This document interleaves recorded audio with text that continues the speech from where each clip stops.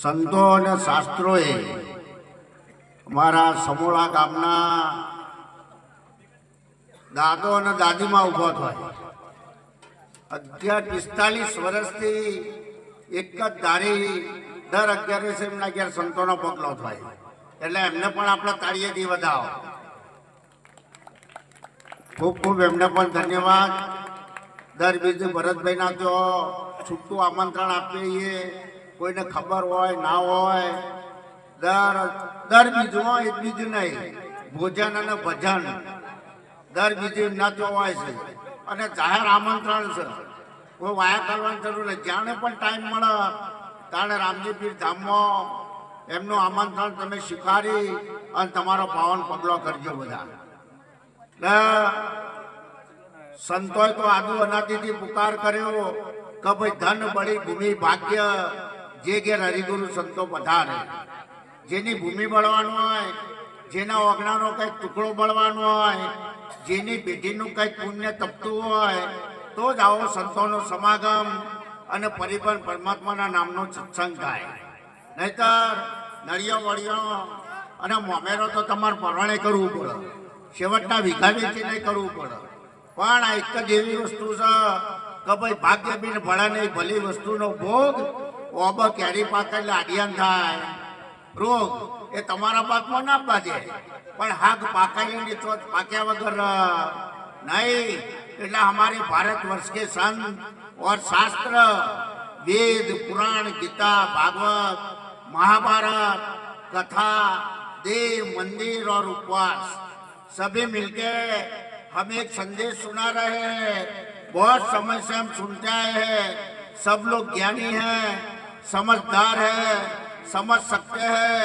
फिर भी हमारे कथाकार तुलसीदास महाराज ने बताया है कि जब तक रहेगी ये जिंदगी फुर्सत ना मिले काम से, कुछ ऐसा समय निकालो और प्यार करी लो श्री राम से. जीवन जोबन राज धन अविचल रहे ना कोई, जवानी धन सत्ता કોઈ દિવસ કોઈનો કાયમ રહ્યું નથી અને ભવિષ્યમાં પણ રહેવાનું નથી. આ બધા વડીલો બેઠા એવા તમે પૂછો 100 ફૂટની વાળે કૂદતા હતા. અત્યારે મંદિરના પગથિયે હેઠા પડવા દાડો નહીં આવ્યો. પહેલા જતી રહી એટલે ગઈ જવાની, આવ્યો બુઢાપો. બુઢાપો દેખે રોયો, સંતો માયા જાળ મેં ખોયો.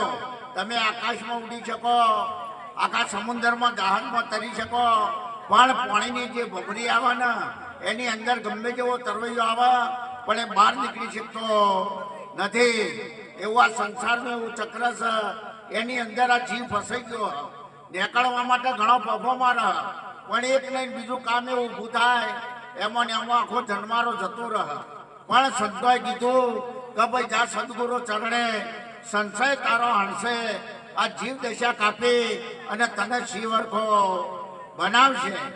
જો જીવમાંથી કોઈ શિવ બનાવે તો હમણાં બાપુએ ના કીધું અમારા કલાકારો ભાઈઓએ કે સંતોના ચરણે જવાથી આખી જિંદગી બદલાઈ જાય, બધું બદલાઈ જાય ખારું. પણ સંતોના ચરણો જ્યાં પછી બદલાય અને એમાં આ પછી જો બદલો ને તો એમાં જીવનમાં કોઈ હંગરવા વાળો નથી. મોણાથી કંટાળાને એટલે દેવતાઓ પણ થાય. જો દેવતાઓ પણ કોમ ના જાય એટલે સંતો પણ થાય. સંતોને તૂટેલું સમાજમાં નાખેલું બગડી ગયેલું વધીને ફેર તૈયાર કરે. પણ જો એથી વસૂટી ગયો ને તો એને જગતમાં કોઈ હંગરવા વાળો નથી. એટલે કીધું સંત દેખીને દોડીએ, જેના ચરણે નમાવીએ શીશ. એક ગુના તો ક્યાં કહું, તમારા લાખો ગુના બક્ષિસ.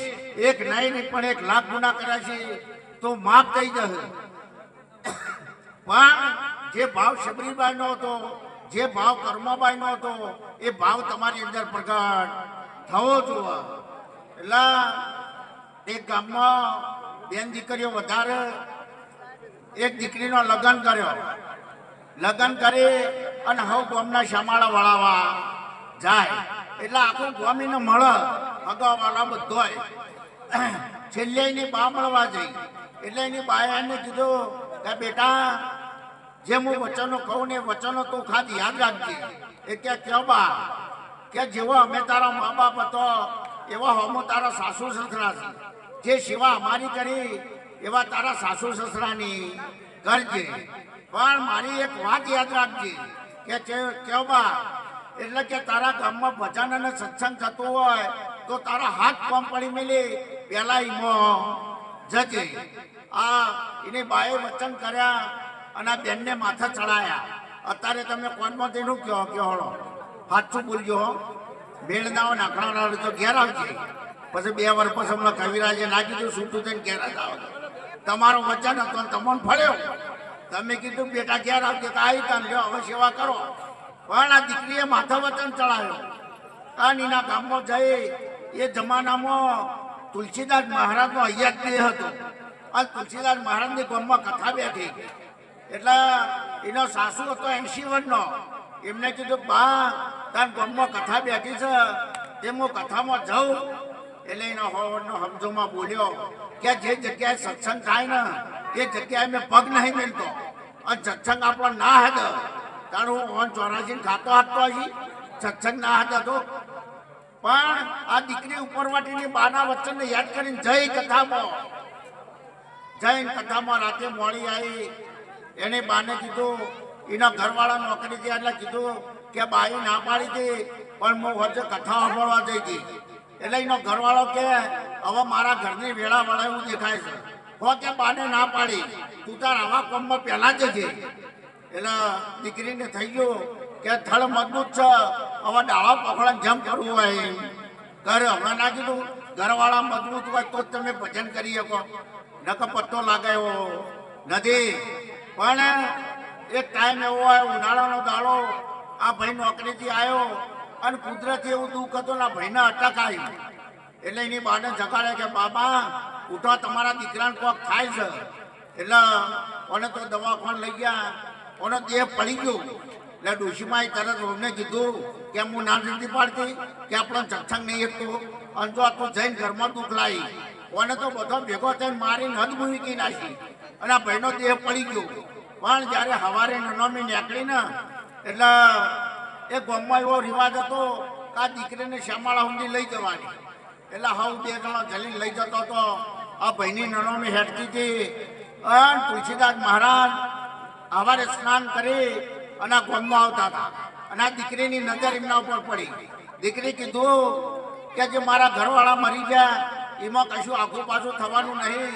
પણ જો સંતોનો દર્શન કર્યા વગર રહી જાય તો ફેર લાવો મળે કે ના મળે.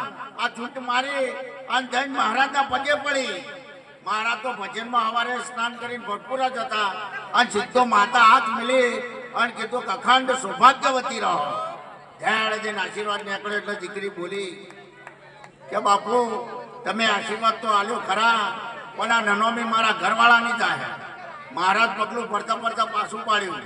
पर महाराज ने कहा बेटा तू चिंता करे नहीं, जो कुछ वचन निकला है ना वो रामचंद्र भगवान की कृपा से निकला है। और जब तक मर्दों बैठो ना था त्यों तुलसी आकर पाव नहीं धरेगा।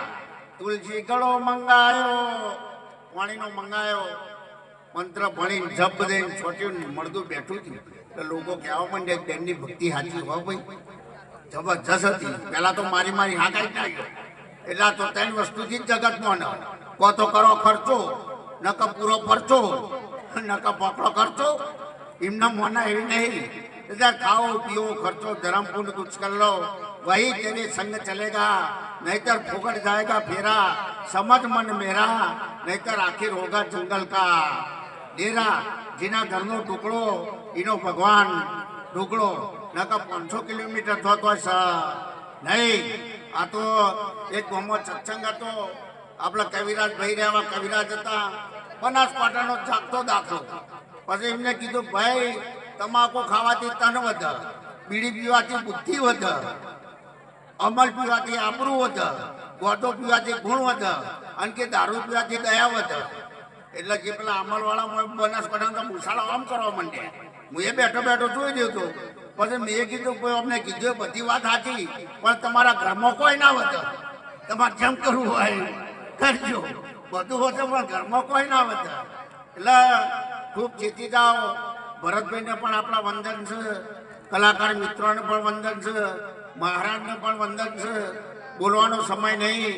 અબજો અભયસિંહ બાપુ બાકી છે, બીજા બધા ઘણા બધા કલાકારો બાકી છે. એટલે એક નાનો બેન દીકરીઓને ખાસ વિનંતી, આપણા જ દીકરી નામ શું પેલા બેનનું આપણે જહુમાં જહલબા, એમના જહુમાં સાક્ષાત આધરા હજુર છે. બીજું કીધું બીજો 5,000 રૂપિયા લો ઢેકલો વગાડો તતન દળાવતી, એના કરતા દીકરી પાસે ખાલી દર્શન કરજો. જો એનો વચન નીકળી જાય ને, એ કુંવારી દીકરી છે. નહીં કીધું કે રામચંદ્ર ભગવાનના હાથમાંથી છૂટેલું બાણ અને સંતોના છૂટેલો નાભીથી વચન આ જગતમાં કોઈ દાડો પાછો ના પડે. એક જ વખત નીકળ્યા પછી ફેર બોલવા પણ રહેતું નથી. એટલે કોઈ વેળાનો વચન, કોઈ વેળાનું દાન અને કોઈ વેળાનો ટુકડો જો પડી જાય ને તો તમારી જિંદગીનો બેડો પાર થઈ નાખે. એટલે ખૂબ કહું છું, બધા દાડા કહું છું, આજે કહું છું, સવારે 4 થી 6 ના ગાળામાં ઉડજો. પહેલાં તમારા ઘરમાંથી કચરો કાઢી નાખજો, પછી તમારે જે ચા પાણી નાસ્તો બનાવતા હોય બનાવજો. એ ના બનાવ તો અમારે દાંતણ પાણી કરી સૂર્ય ભગવાનને પાણી ચડાવજો, તો તમારા પતિનું ભવિષ્ય ઉજળું થાય. એ ના બનાવ તો મુઠ્ઠી પડીને ચકલોને દોણા નાખજો. એ ના બનાવ તો ગોમડિયામાં મોટા રોટલા કરતા જીવ ના ચાલે તો હથેળી જેવડી રોટલી કરી રોજ કૂતરાને નાખજો, તો તમારા ખાતામાં 360 દાડામાં 360 રોટલા ભગવાનના દરબારમાં જમા થશે. અને ના બના તો તમારા બાળકોને વહેલા જગાડજો, ચા પાણી દૂધ નાસ્તો આપજો. અને એમાં તમારું મન ના મને તો છોકરો હોય તમે બે હાથે ચાલુ કરજો. મનખા જન્મ મળે છે. બોલો સનાતન ધર્મ કી જય.